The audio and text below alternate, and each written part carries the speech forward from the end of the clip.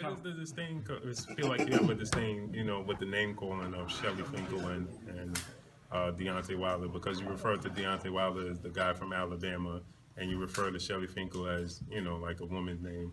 Is there like some sort of disdain between you guys? You guys worked together before, right? Not really. No, we haven't really worked together before. But where does the disdain come from? If, you know, with the name calling and things like that. And Deontay Wilder is from Alabama. No, yes, but it just seemed like, you know, you were like, oh, I said I got an email from a guy from Alabama. That's what I did. Now, with regards to Shirley Winkel, you have to understand, this guy came up at a press, I think he's probably here actually, and he pulled out an email from me, and he read it to the public. So I just said in one interview, Shirley Winkel. It just came out of my mouth, right?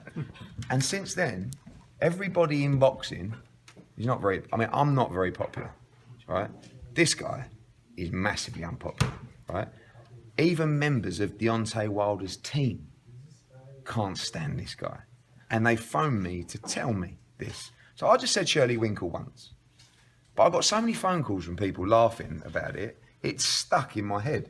So a lot of the time I'm trying to drop it in, but a lot of the other times I'm saying it subconsciously. In fact, if I spoke to him on the phone, I would probably call him Shirley. In fact, I've now convinced myself that his name is no longer Shirley Finkel. It is Shirley Winkel. And that's genuine. That's not trying to be like clever or name calling. It's stuck so far in my head that I actually went to respond to an email today and I put, "Dear Shirley."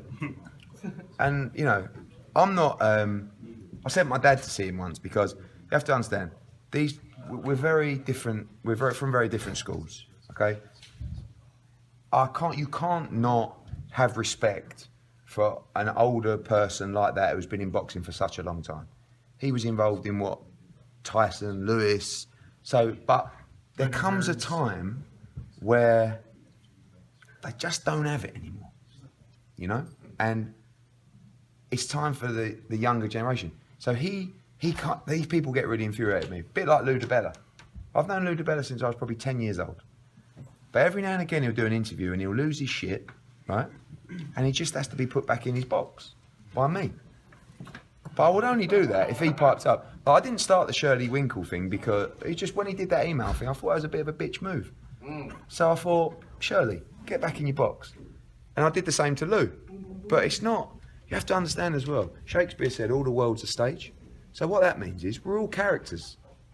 Yeah, it doesn't matter, I'm irrelevant. But in this particular play, and it's only a play, it's only a game, I am this character.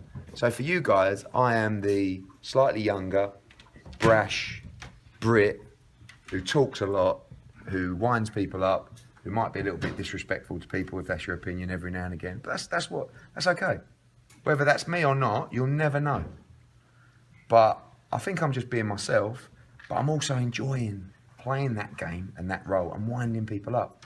But I love that Shirley and like Lou will, if they see me on TV, they just come out in this bit of rage, like, I hate you. And I don't think Heyman probably don't like me either, but he probably has a bit more understanding that I'm important. And when we come back in the second week of May to announce a massive deal in America, these guys, someone needs to be there for them because they're not going to feel very well when they hear what's about to happen. So why do you feel like the PBC is not successful? Again, I have a lot of respect for Al Heyman, and I don't want to comment too much on it because I do a lot of work with him and I like the people. There's a lot of money invested in the PBC. Okay? So I'm not sure how much is left.